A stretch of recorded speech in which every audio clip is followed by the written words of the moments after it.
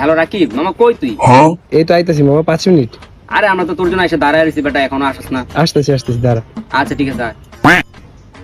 2 hours later.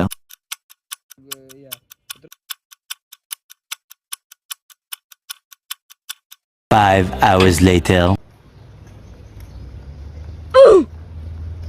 হ্যাঁ মামা বল। আরে কই তুই বেটা? বিকাল হয়ে গেল, তুই এখন আসলি না? 5 মিনিট কি হয় নাই?